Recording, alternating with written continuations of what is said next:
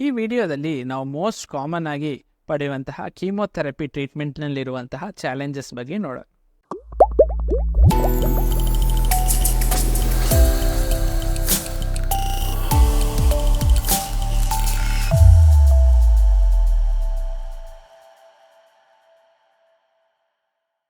ನಮಸ್ಕಾರ, ನಾನು doctor Dayananda Srinivasan, cancer surgeon. Normal ಆಗಿ ಕ್ಯಾನ್ಸರ್ನಲ್ಲಿ ಮೋಸ್ಟ್ ಇಂಪಾರ್ಟೆಂಟ್ ಟ್ರೀಟ್ಮೆಂಟಲ್ಲೂ ಒಂದು ಈ ಕೀಮೋಥೆರಪಿ ಅಂತ ಹೇಳ್ತೀವಿ. ಪೇಷಂಟ್ಗೆ ಹಲವು ಬಾರಿ ಈ ಕೀಮೋಥೆರಪಿ ಬಗ್ಗೆ ಪ್ರಾಪರ್ ಇನ್ಫಾರ್ಮೇಷನ್ ಇಲ್ಲದೆ ಇರೋದ್ರಿಂದ ಅದಕ್ಕೆ ತುಂಬ ಹೆದರ್ತಾರೆ. ಆ ಮಿಸ್ಇನ್ಫಾರ್ಮೇಷನ್ ಇರೋದ್ರಿಂದ ಕೀಮೋಥೆರಪಿ ಪಡೆದೇ ಡಿಸೀಸ್ನ ಅಡ್ವಾನ್ಸ್ ಆಗೋ ಸ್ಟೇಜ್ವರೆಗೂ ಹೋಗೋದಕ್ಕೆ ಬಿಟ್ಬಿಟ್ಟಿರ್ತಾರೆ. ಈ ಥರ ನಿಮಗೆ ಕೀಮೋಥೆರಪಿಯಲ್ಲಿ ಇರುವಂತಹ ಡೌಟ್ಸ್ ಬಗ್ಗೆ ಈ ವಿಡಿಯೋದಲ್ಲಿ ಡೀಟೇಲ್ಡ್ ಆಗಿ ನೋಡೋಣ. ಫಸ್ಟ್, ಈ ಕೀಮೋಥೆರಪಿ ಬಗ್ಗೆ ನಿಮಗಿರೋ ಡೌಟ್ಸ್ನ ದೂರ ಮಾಡಬೇಕಂದ್ರೆ ಈ ಕೀಮೋಥೆರಪಿ ಅಂದರೆ ಏನು, ಅದು ಹೇಗೆ ವರ್ಕ್ ಆಗುತ್ತೆ ಅಂತ ತಿಳ್ಕೊಳ್ಳೋದು ತುಂಬ ಮುಖ್ಯ. ಕೀಮೋಥೆರಪಿ ಅನ್ನೋದು ನಾವು IV ಮುಖಾಂತರವಾಗಿ ಕೊಡುವಂತಹ ಒಂದು ಮೆಡಿಸಿನ್.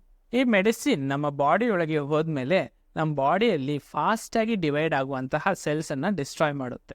ಕ್ಯಾನ್ಸರ್ ಸೆಲ್ ಅನ್ನೋದು ತುಂಬ ಫಾಸ್ಟಾಗಿ ಡಿವೈಡ್ ಆಗುವಂತಹ ಒಂದು ಸೆಲ್. ಹಾಗಾಗಿ ಈ ಕ್ಯಾನ್ಸರ್ ಸೆಲ್ಸನ್ನು ಈ ಕೀಮೋಥೆರಪಿ ಡಿಸ್ಟ್ರಾಯ್ ಮಾಡುತ್ತೆ. ಇದ್ರ ಜೊತೆಗೆ ನಮ್ಮ ಬಾಡಿಯಲ್ಲಿ ಕೆಲವು ಸೆಲ್ಸ್ ಕೂಡ ನಾರ್ಮಲ್ ಆಗಿ ಫಾಸ್ಟಾಗಿ ಡಿವೈಡ್ ಆಗ್ತಾ ಇರುತ್ತೆ.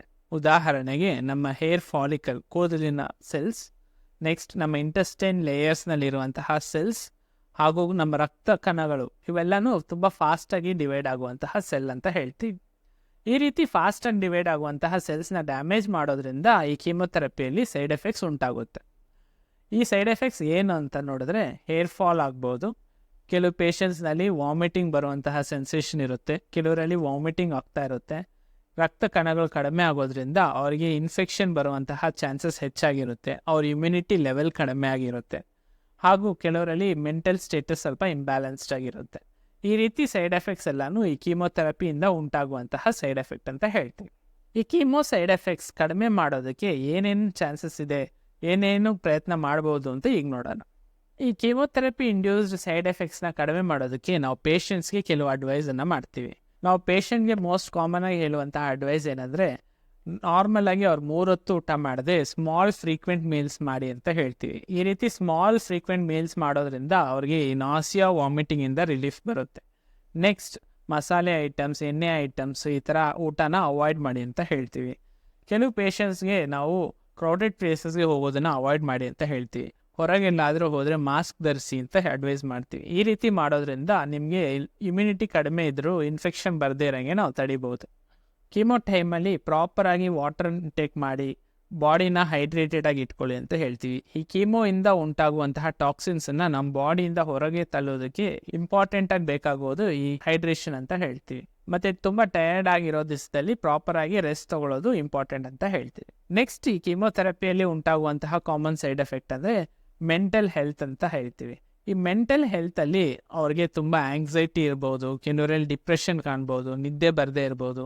ಈ ರೀತಿ ಸಿಮ್ಟಮ್ಸ್ ಇದ್ದಾಗ ನಾವು ಪೇಷಂಟ್ಸ್ಗೆ ಕೌನ್ಸಿಲಿಂಗ್ ಸೆಷನ್ ಥೆರಪಿ ಪಡೀರಿ ಅಂತ ಹೇಳ್ತೀವಿ. ಈ ರೀತಿ ಕೌನ್ಸಿಲಿಂಗ್ ಸೆಷನ್ ಥೆರಪಿ ಪಡೆಯೋದ್ರ ಮುಖಾಂತರ ಅವರ ಮೆಂಟಲ್ ಹೆಲ್ತನ್ನು ಅವ್ರು ಇಂಪ್ರೂವ್ ಮಾಡ್ಕೋಬೋದು. ಈ ಸೆಷನ್ ಥೆರಪಿಯಲ್ಲಿ ಅವರಿಗೆ ಮೆಂಟಲ್ ಹೆಲ್ತ್ ಇಂಪ್ರೂವ್ಮೆಂಟ್ಗೆ ಬೇಕಾಗುವಂತಹ ಕೆಲವು ಟಿಪ್ಸನ್ನು ಅವ್ರು ಅಡ್ವೈಸ್ ಮಾಡ್ತಾರೆ.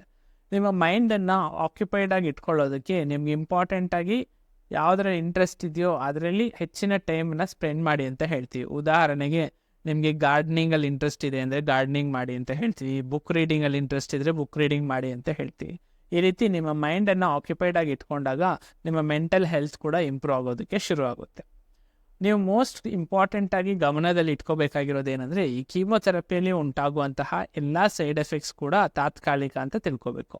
ಈ ಕೀಮೋಥೆರಪಿ ಮುಗಿದ ಮೇಲೆ ಈ ಎಲ್ಲ ಸೈಡ್ ಎಫೆಕ್ಟ್ಸನ್ನು ಕಡಿಮೆ ಆಗೋದಕ್ಕೆ ಶುರು ಆಗುತ್ತೆ. ಸೊ ಈ ಕೀಮೋಥೆರಪಿ ಬಗ್ಗೆ ತುಂಬ ಭಯ ಪಡದೆ ನಿಮ್ಮ ಡಾಕ್ಟರ್ ಹೇಳಿರೋ ಅಡ್ವೈಸನ್ನು ಫಾಲೋ ಮಾಡಿ ಕೀಮೋಥೆರಪಿನ ಪಡ್ಕೊಳ್ಳಿ. ನಿಮಗೆ ಬೇರೆ ಏನಾದರೂ ಡೌಟ್ಸ್ ಇದ್ದರೆ ನಮ್ಮ ಕಮೆಂಟ್ ಸೆಕ್ಷನಲ್ಲಿ ಬರೀಬಹುದು. ಧನ್ಯವಾದ.